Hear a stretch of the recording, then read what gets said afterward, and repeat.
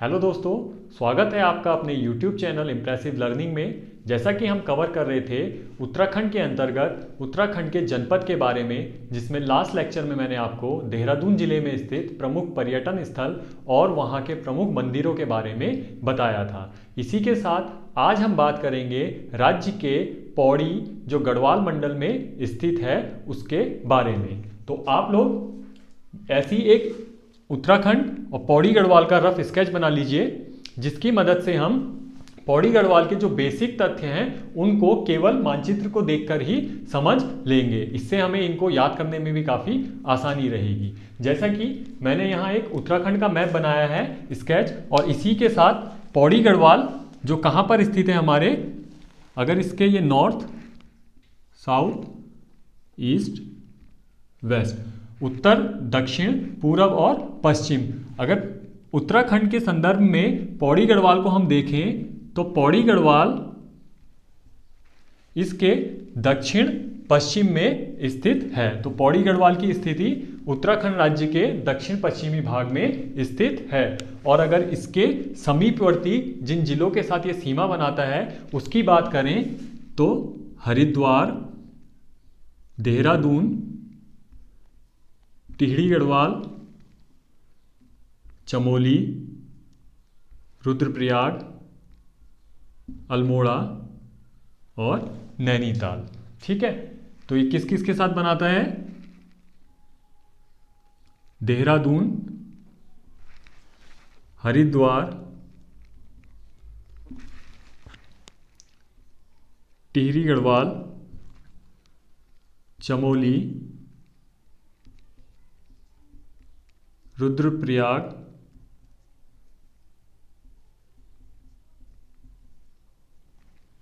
अल्मोड़ा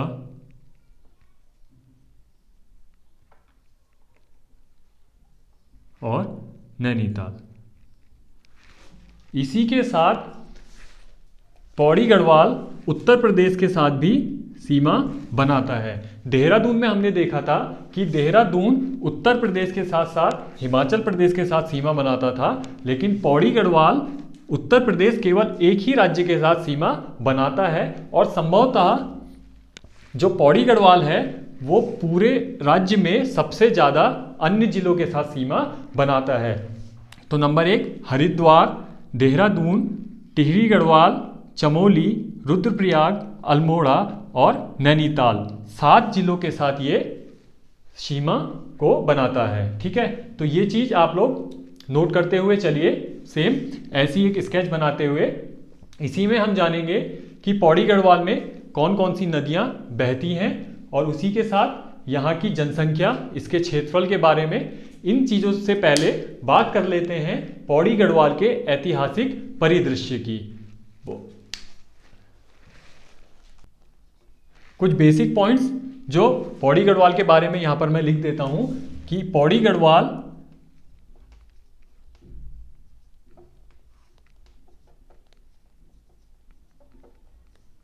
गढ़वाल मंडल का जिला। ठीक है, और पौड़ी गढ़वाल की जो स्थापना करी गई वो 1840 में की गई। तो स्थापना 1840 ईस्वी में। इसी के बाद जो पौड़ी गढ़वाल का क्षेत्रफल है वो 5229 वर्ग किलोमीटर इसका क्षेत्रफल है। ठीक है, तो इसका क्षेत्रफल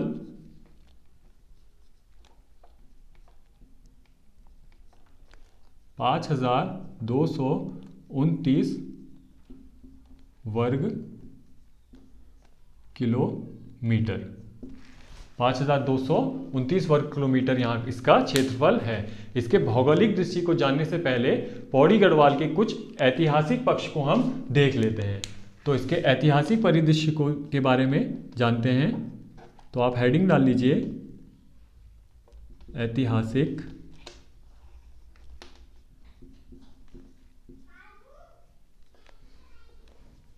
परिदृश्य।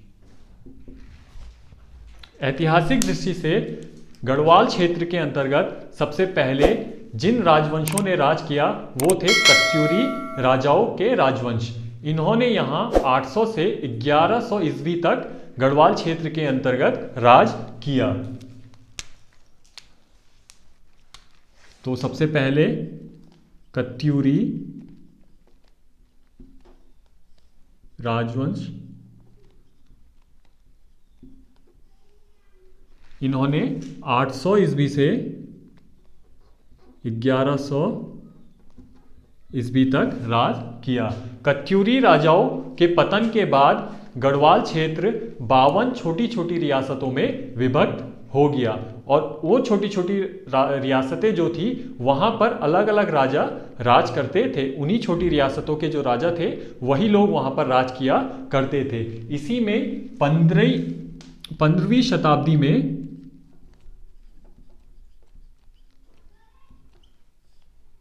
शताब्दी में जगतपाल ने चंदरपुर गढ़ पर शासन किया। तो 15वीं शताब्दी में जगतपाल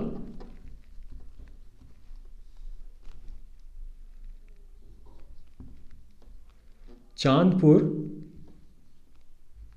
गढ़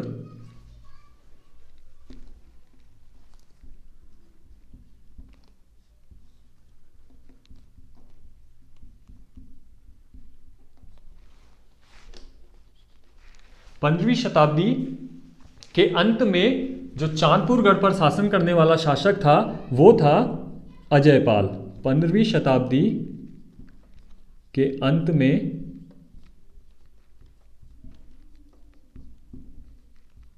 चांदपुर गढ़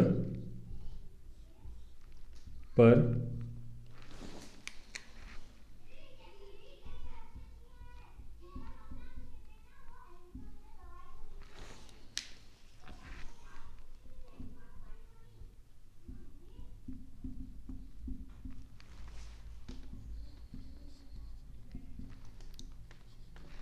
पंद्रहवीं शताब्दी के अंत में चांदपुर गढ़ पर अजयपाल ने शासन किया और इसी अजयपाल ने जब शासन किया अपने शासन के दौरान इसने जो 52 छोटी छोटी रियासतें बनी थी उनको एक करने का भी प्रयास किया और लगभग ये उसमें सफल भी रहा। इसी के बाद जो छोटी छोटी रियासतों को इसने एक किया वो संपूर्ण क्षेत्र गढ़वाली कहलाया।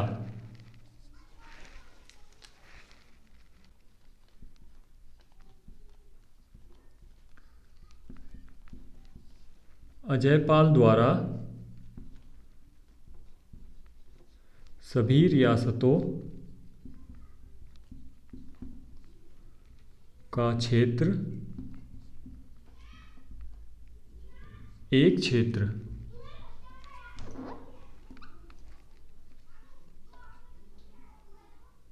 जो क्या कहलाया, गढ़वाल। कहीं कहीं पर गढ़वाली भी लिखा है और इस गढ़वाल पे राज करने वाले को गढ़वाला कहा जाता था और इस संपूर्ण क्षेत्र को गढ़वाल कहते थे और यहाँ पर राज करने वाले को गढ़वाला कहा जाता था। इसी के बाद अजयपाल के बाद जो गढ़वाल में ऐतिहासिक दृष्टि से सबसे महत्वपूर्ण घटना जो घटी है वो है गोरखाओं के आक्रमण। तो अजयपाल के बाद यहाँ पर जो शासन किया वो किया गोरखाओं ने। तो 1804 ईस्वी से गढ़वाल में गोरखाओं का शासन। 1804 ईस्वी से गढ़वाल में गोरखाओं का शासन रहा और 1815 के बाद ब्रिटिश लोगों ने क्या करा, गोरखाओं को भगाकर यहाँ पर अपना आधिपत्य जमाया और उसके बाद शासन किया। तो 1804 के बाद 1815 तक इन्होंने 12 साल तक राज किया।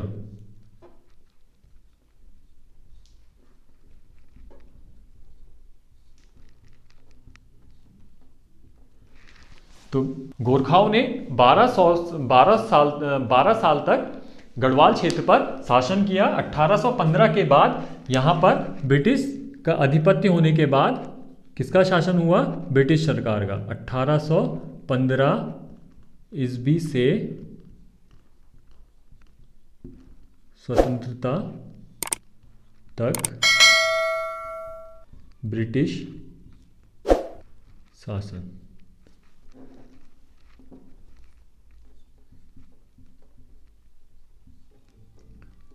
ब्रिटिश शासन रहा। ठीक है, तो ये ऐतिहासिक परिदृश्य जिसमें सबसे पहले कत्यूरी राजवंश, उसके बाद छोटी छोटी रियासतों में विभक्त हुआ। इसी के बाद जगतपाल ने शासन किया। जगतपाल के बाद अजयपाल ने चांदपुरगढ़ पर शासन किया और अजयपाल ने ही चांदपुरगढ़ को 15वीं शताब्दी के अंत में जब शासन किया, उसी के बाद 1506 में इसने चांदपुरगढ़ से अपनी राजधानी को बदलकर देवलगढ़ कर दी थी और 1512 में देवलगढ़ से फिर बदलकर इसने यहाँ की राजधानी को श्रीनगर कर दिया। तो जब 1815 में स्वतंत्रता तक जब ब्रिटिश सरकार का शासन था, तो ब्रिटिश गढ़वाल की जो राजधानी होती थी या हुआ करती थी उस समय, वो थी श्रीनगर। ब्रिटिश गढ़वाल की राजधानी श्रीनगर।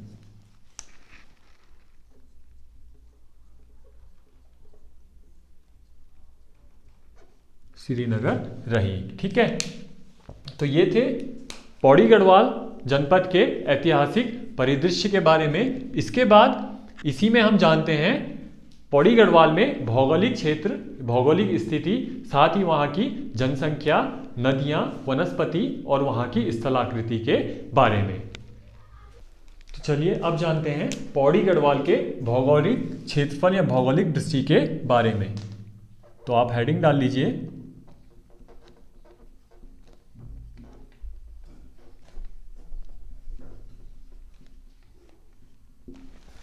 इसके अंतर्गत अगर पौड़ी गढ़वाल के अक्षांशीय और देशांतरी विस्तार की बात करें, हालांकि ये किसी एक पर्टिकुलर जिले के बारे में अक्षांशीय और देशांतरी विस्तार नहीं पूछता है, अगर पूछेगा भी तो पूरे उत्तराखंड राज्य के बारे में उसका अक्षांशीय या देशांतरी विस्तार पूछेगा, किसी एक जिले के बारे में नहीं पूछता। फिर भी आप लोग इसके अक्षांशीय और देशांतरी विस्तार नोट कर लीजिए। इसका जो अक्षांशीय विस्तार है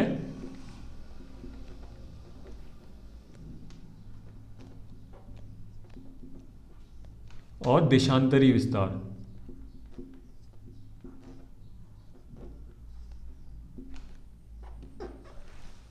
अक्षांशीय विस्तार की अगर बात करें तो इसका अक्षांशीय विस्तार 29 डिग्री 45 मिनट उत्तर से 30 डिग्री 15 मिनट उत्तरी अक्षांश है और पूर्वी देशांतर की अगर बात करें तो देशांतर इसका 78 डिग्री 24 मिनट पूर्वी देशांतर से 79 डिग्री 23 मिनट पूर्वी देशांतर।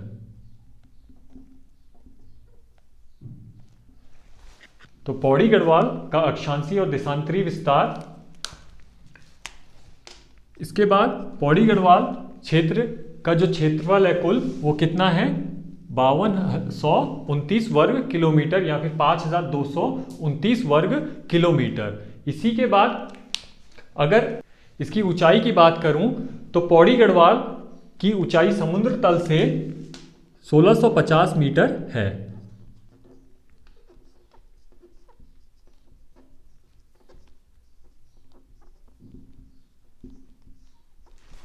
समुद्र तल से इस नगर की ऊंचाई 1650 मीटर है और यहाँ पर सबसे उच्चतम बिंदु या फिर सबसे ऊंची चोटी दूधातोली में झंडीदार सबसे ऊंची चोटी है। तो ऊंची चोटी झंडीधार।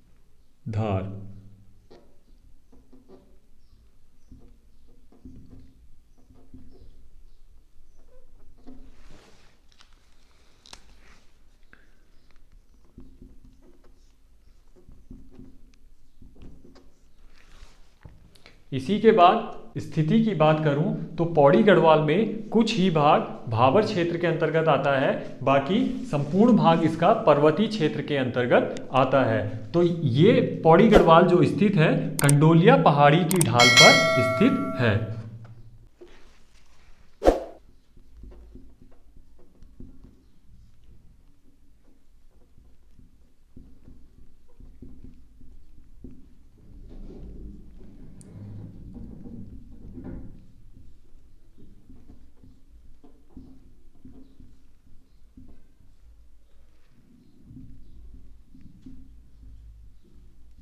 इसमें अधिकांश जो भाग है वो पर्वतीय है और कुछ ही भाग भाबर क्षेत्र के अंतर्गत आता है, जो कौन सा है, कोट द्वार का। और 1992 में इस गढ़वाल क्षेत्र को हिल स्टेशन घोषित किया गया था। 1992 में इसे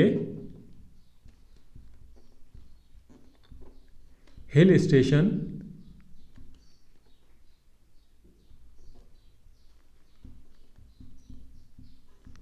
घोषित किया।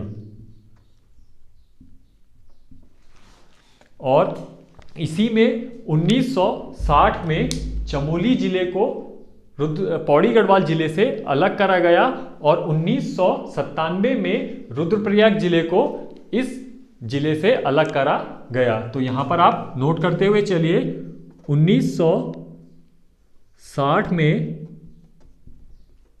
जो वर्तमान में चमोली जिला है उसको अलग किया, चमोली जिले को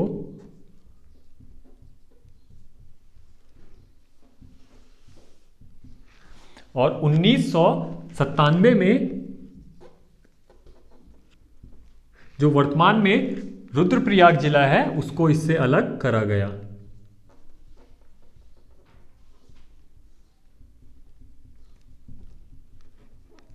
ठीक है, 1960 में चमोली जिले को, यानी कि चमोली की स्थापना कब हुई, 1960 में करी गई और रुद्रप्रयाग जिले की स्थापना 1997 में की गई।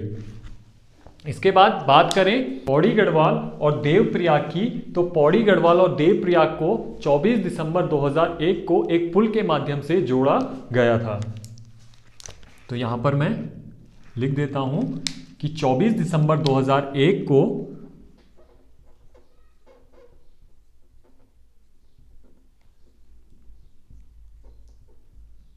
पौड़ी और देवप्रयाग को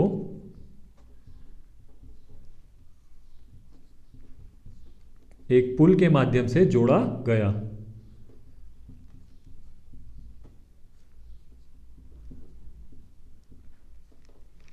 और यहीं पर एक रांसी स्टेडियम भी स्थित है, आपने उसके बारे में सुना भी होगा। रांसी स्टेडियम एशिया का दूसरे नंबर पर सबसे ऊंची चोटी में स्थित स्टेडियम है। ये परीक्षा की दृष्टि से भी इंपॉर्टेंट है, रांसी स्टेडियम।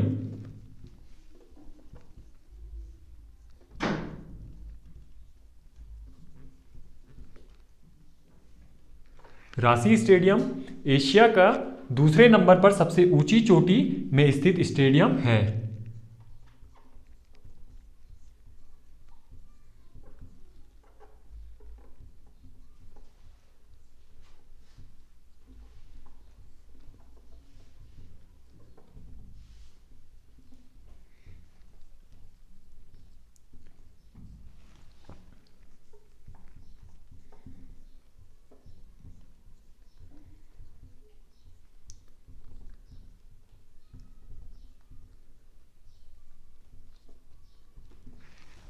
तो इतना आपको समझ में आ गया होगा, इस चीज़ को आप नोट कर लीजिए।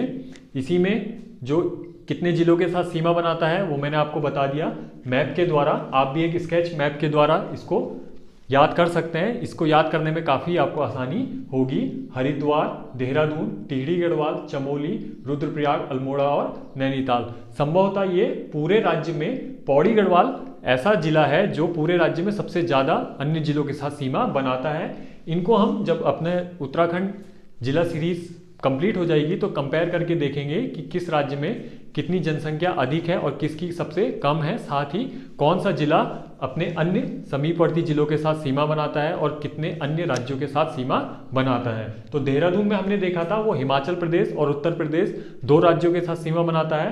पौड़ी गढ़वाल केवल एक राज्य उत्तर प्रदेश के साथ सीमा बनाता है। इसी में एक चीज आप और नोट कर लीजिए कि 1969 में गढ़वाल मंडल का जो मुख्यालय बनाया गया वो पौड़ी गढ़वाल में ही बनाया गया। ठीक है, तो आप नोट कर लीजिए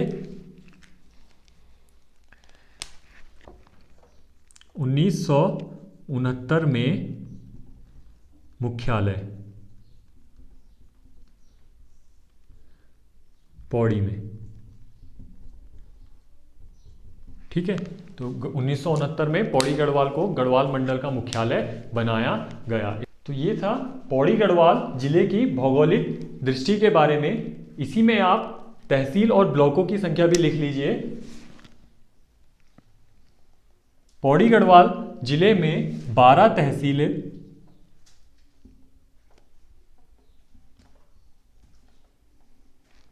15 ब्लॉक और 3441 गांव लगभग